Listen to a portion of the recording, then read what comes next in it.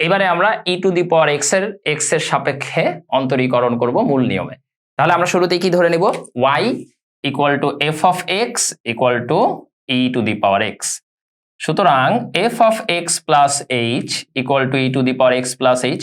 তোমাদের সবার আশা করি ফর্মুলা অলরেডি মুখস্থ হয়ে গেছে, dy dx equal to limit h tends to 0 function of x plus h minus function of x divided by h. আমার এর পরের আর কোনো লেকচারে মূল নিয়মে অন্তরীকরণের ক্ষেত্রে এই ফর্মুলা লিখাই উচিত না, তোমাদের বলা উচিত ভাই এটা লিখা বন্ধ করে দেন, অনেক লিখছেন। তাহলে ভাইয়া এখন আমরা কি লিখতে পারি, limit h tends to 0 function of x plus h এর ভ্যালু কি e to the power x plus h minus f of x এর ভ্যালু কি e to the power x divided by h. তারপর আমরা কি বলতে পারি, limit h tends to 0 e to the power x plus h হচ্ছে e to the power x into e to the power h minus E to the power x divided by h. তাহলে এবার একটু সবাই খেয়াল করেন তো, যে limit h tends to 0 আমরা যখন এখানে ই টু দি পাওয়ার এক্সটাকে কমন ফ্যাক্টর হিসেবে বলতে পারি না, পারি। তাহলে আমরা যদি ই টু দি পাওয়ার এক্সটাকে কমন ফ্যাক্টর হিসেবে বলি তাহলে কি আসতেছে, limit h tends to 0 e to the power x into e to the power h minus 1 by h. হ্যাঁ সবাই একটু খেয়াল করেন, আমরা ই টু দি পাওয়ার এক্স এর ভিতর কি কোনো এইচ দেখতে পাচ্ছি না। তার মানে লিমিট h টেন্স টু 0 বের করার সময় এই যে common factor E to the power x আছে এটাকে আমরা চাইলে কি করতে পারি, লিমিটের বাহিরে নিয়ে আসতে পারি। অর্থাৎ আমরা বিষয়টা এইভাবে লিখতে পারি, e to the power x into limit h tends to 0 e to the power h minus 1 by h. এবার একটা মজার বিষয় একটু বলি, আমি আপনাদেরকে ধারা সংক্রান্ত লিমিটের একটা ক্লাস নিয়েছিলাম, আপনারা হয়তো প্রিভিয়াস লেকচার এটা দেখে আসতে পারেন, এবং সেই জায়গায় কিন্তু আমি আপনাদেরকে একটা ফর্মুলা পড়াইছিলাম। এখন তাই আর আমি আসলে এই প্রমাণটা দেখাবো না, এটার রেজাল্ট ডিরেক্টলি লিখবো। যারা এই ভিডিওটা থেকে আমাদের সাথে ক্লাসে জয়েন করেছেন তারা আমাদের এই প্লে লিস্টে ধারা সংক্রান্ত লিমিটের জায়গায় যে এটা দেখে আসবেন, ওখানে গেলে আপনারা দেখতে পাবেন, সম্ভবত আমার যতটুকু মনে পড়ে পর্ব 1-এ থাকার কথা এটা, ঠিক আছে। ওখানে গেলে আপনারা দেখতে পাবেন যে limit x tends to 0 e to the power x minus 1 by x equal to 1, এইটা আমরা প্রুফ করেছিলাম। তাহলে একইভাবে আমরা এখানে কি বলতে পারি, আমরা বলতে পারি limit h tends to 0 e to the power h minus 1 by h. দেখেন তো পুরো সিমিলার না? তাহলে এইটার রেজাল্ট আসলে কত আসবে, এইটার রেজাল্ট আসবে হচ্ছে গিয়ে 1। এবং এখানে একটা বিষয় একটু খেয়াল রাখতে হবে, মূল নিয়মে অন্তরীকরণে যদি e to the power x এর প্রশ্নটা আসে তখন কিন্তু আপনি এরকম ডিরেক্টলি রেজাল্ট বসাবেন না, আপনি আমি এই ম্যাথটা যেভাবে করে দিচ্ছি এক্স্যাক্টলি ওই নিয়মে বিস্তারিত ধারা বসিয়ে পুরোটা ক্যালকুলেশন করে দেখাবেন। আর এখানে যেহেতু আমরা অলরেডি একবার করে ফেলেছি সরাসরি রেজাল্টটা বসিয়ে দিলাম, তাহলে আমাদের রেজাল্টটা কি আসতেছে, ই টু দি পাওয়ার এক্স আসতেছে, যেহেতু এই ভ্যালুটা 1। তার মানে আমরা কি বলতে পারি, আমরা বলতে পারি e to the power x এমন একটা ফাংশন যার ডিফারেন্সিয়েশন হচ্ছে e to the power x. আসলে এটা কিন্তু খুবই চমৎকার একটা ফাংশন, যে এই ফাংশনটা নিজেই নিজের ডিফারেন্সিয়েশনকে রিপ্রেজেন্ট করে। এবার আমরা যদি একটু ফিল করতে চাই যে আসলে e to the power x কে ডিফারেন্সিয়েট করলে কেন আমরা রেজাল্টে ই টু দি পাওয়ার এক্সই পাই, সেক্ষেত্রে আমাদের একটু ধারাটা থেকে দেখা উচিত যে ধারাটার আসলে কোনো প্রপার্টিস আছে কিনা যেটার কারণে এরকম রেজাল্ট আসে। তো যদি কারো এই মুহূর্তে এই অংশটুকু বুঝতে সমস্যা হয়, এটা একটা এডিশনাল পার্ট, আপনারা চাইলে স্কিপ করতে পারেন, পরে পুরো ডিফারেন্সিয়েশনটা শেষ হওয়ার পর আপনারা চাইলে কিন্তু আবার এটা দেখতে পারেন, তখন আশা করি আরো সহজে বুঝতে পারবেন। দেখেন ভাই বিষয়টা এরকম যে আমরা ই টু দি পাওয়ার এক্স এর ধারা প্রমাণ করে দেখিয়েছিলাম যে e to the power x equal to 1 plus x plus x square by 2 factorial plus x cube by 3 factorial dot dot dot dot, এরকম একটা আমরা জিনিস দেখেছিলাম। এখন একটা জিনিস একটু খেয়াল করেন, আমি এটাকে এইভাবে লিখতে পারি 1 plus x plus 1 by 2 factorial into x square plus 1 by 3 factorial into x cube dot dot dot. তারপর একটু সবাই খেয়াল করেন তো, আমরা যদি এখন e to the power x কে ডিফারেন্সিয়েট করি তাহলে তো আমার আসলে বোথ সাইডে ডিফারেন্সিয়েট করা উচিত, লেফট সাইড এবং রাইট সাইড।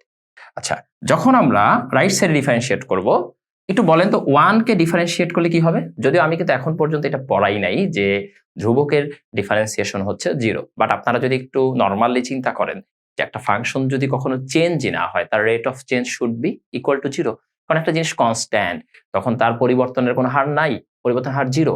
যেমন যদি একটু চিন্তা করেন আমাদের এখনকার হাইট, একটা নির্দিষ্ট বয়সের পরে হাইটটা কি কনস্ট্যান্ট হয়ে যায় অলমোস্ট, তার মানে কি উচ্চতা পরিবর্তনের হার কি 0। আমি ম্যাথমেটিক্যালিও পরবর্তী লেকচারগুলোতে প্রমাণ করে দেখাবো যে কেন কনস্ট্যান্টকে ডিফারেন্সিয়েট করলে রেজাল্ট 0 আসে, বাট এই আমি বলছিলাম যে এই মুহূর্তে যদি কারো মনে হয় এই পার্টটা বুঝতে সমস্যা হচ্ছে আপনারা স্কিপ করতে পারেন। তো 1 কে ডিফারেন্সিয়েট করলে রেজাল্ট কত? রেজাল্ট হচ্ছে 0। এরপরে এক্স এর ডিফারেন্সিয়েশন কত 1, তারপরে এটা কি 1/2 ফ্যাক্টোরিয়াল ইনটু এক্স স্কোয়ারের ডিফারেন্সিয়েশন কি টুয়াইস এক্স। অনেকে হয়তো এই বিষয়টাও কিন্তু জানেন না যে কনস্ট্যান্ট মাল্টিপ্লিকেশন ফর্মে থাকলে সেটাকে আলাদা রাখতে হয়। সো এই দুইটা পার্ট, কনস্ট্যান্টের ডিফারেন্সিয়েশন 0, কোনো ফাংশনের সাথে কনস্ট্যান্ট মাল্টিপ্লিকেশন ফর্মে থাকলে তাকে আলাদা রাখতে হয়। এই দুইটা পার্ট নিয়ে আমরা পরবর্তীতে আলোচনা করব, তখন দেখে নেবেন। চাইলে আপনারা এই মুহূর্তে এই পার্টটুকু স্কিপ করতে পারেন। তারপরে এই অংশে আমরা কি বলতে পারি 1/3 ফ্যাক্টোরিয়াল ইনটু এক্স কিউবের ডিফারেন্সিয়েশন কি 3x square. Okay, x two the power n এর ডিফারেন্সিয়েশন ফর্মুলা অনুযায়ী আমরা যদি পরের টার্মটা চিন্তা করতাম, পরের টার্মটা এরকম থাকতো 1/4 ফ্যাক্টোরিয়াল x টু দি পাওয়ার 4, তাহলে differentiation result 1/4 factorial into 4x cube dot dot dot equal to এইটা কত, এটা হচ্ছে 0, তারপরে এটা 1ই থাকলো, 1/2 ফ্যাক্টোরিয়াল আর 2 ক্যান্সেল হইলে কিন্তু x আসে। এবার একটু দেখেন তো 3 আর 3 ফ্যাক্টোরিয়াল কাটাকাটি করলে কি আসে, এরকম আসে মনে হয় 1 × 2 × 3 × 3x স্কোয়ার। আমরা একটু ভেঙেই লিখি, তারপর 1 × 2 × 3 × 4 × 4x কিউব। আপনারা যদি সবাই ফ্যাক্টোরিয়ালের ডেফিনেশনটা জেনে থাকেন তাহলে আপনারা অবশ্যই জানেন 4 ফ্যাক্টোরিয়াল মানে 1 থেকে 4 পর্যন্ত মাল্টিপ্লাই, 3 ফ্যাক্টোরিয়াল মানে 1 থেকে 3 পর্যন্ত গুণ থাকবে। তাহলে ভাইয়া আমরা এখন কি বলতে পারি 1 প্লাস x, একটু খেয়াল করেন এইখানে 3 আর 3 ক্যান্সেলেশনের পর 1 × 2 মানে কি 2 ফ্যাক্টোরিয়াল মানে x স্কোয়ার বাই 2 ফ্যাক্টোরিয়াল, তারপর এখানে 4 আর 4 ক্যান্সেলেশনের পর x cube by 3 factorial dot dot dot. একটা মজার বিষয় লক্ষ্য করেন তো, আবার কি e to the power x এর সিরিজটাই রিপিট করছে না? তাহলে আমরা তো দেখতেই পাচ্ছি e to the power x এর ডিফারেন্সিয়েশন করে আমরা x এর রেসপেক্টে সেম সিরিজটাই আবার পেলাম, which is equal to e to the power x। এই জন্য আমরা বলতে পারি e to the power x এর differentiation e to the power x। এবারে আমরা a to the power x এর মূল নিয়মে অন্তরীকরণ খেয়াল করি। দেখেন দুইটা ফাংশন কিন্তু সিমিলার, এটা a to the power x, এটা e to the power x। এখানে কনস্ট্যান্ট e, এটা একটা ফিক্সড কনস্ট্যান্ট, আর এই জায়গায় যে কনস্ট্যান্ট a দেখতে পাচ্ছেন এটা যে কোনো একটা আরবিট্রারি কনস্ট্যান্ট হইতে পারে, অর্থাৎ এর ভ্যালু 2 3 4 5 6 7 8 যে কোনো কিছু হইতে পারে। তো সেই ক্ষেত্রে ডিফারেন্সিয়েশন রেজাল্টটা হয় a to the power x into ln a। যে কোনো স্ট্যান্ডার্ড বইতে এটার যেমন প্রমাণ দেয়া আছে, আপনারা চাইলে বই থেকে শিখে নিতে পারেন। পাশাপাশি আপনারা যখন এটা প্রমাণ করবেন a to the power x এর ধারা ব্যবহার করবেন মূল নিয়মান্তরীকরণের জন্য। ওকে, এটা আমি আপনাদেরকে হোমওয়ার্ক হিসেবে দিলাম, যদি কোনো কারণে না পারেন তাহলে আমার সাথে যোগাযোগ করতে পারেন। তো একটা জিনিস একটু যদি খেয়াল করি, এই রেজাল্টটা কিন্তু মোর জেনারেলাইজড ফর্ম, কারণ এটা পারলে এটা অটোমেটিক্যালি পারা যায়। কিভাবে? আমি যদি এখানে এর পরিবর্তে e বসাই, that means ddx of e to the power x equal to e to the power x into ln e। ln e এর ভ্যালু 1, তাহলে এটা e to the power x। Got it? তাহলে আমরা খুব সহজেই বলতে পারতেছি ddx of e to the power x equal to e to the power x। I think আপনারা এখন এই বিষয়টা মোটামুটি বুঝতে পেরেছেন, এবং আমাদের অনেকের যে কোশ্চেন থাকে যে e to the power x A differentiate করলে কেন e to the power x আসে, সেটার আমরা কিছুটা এই মুহূর্তে বুঝতে পারলাম।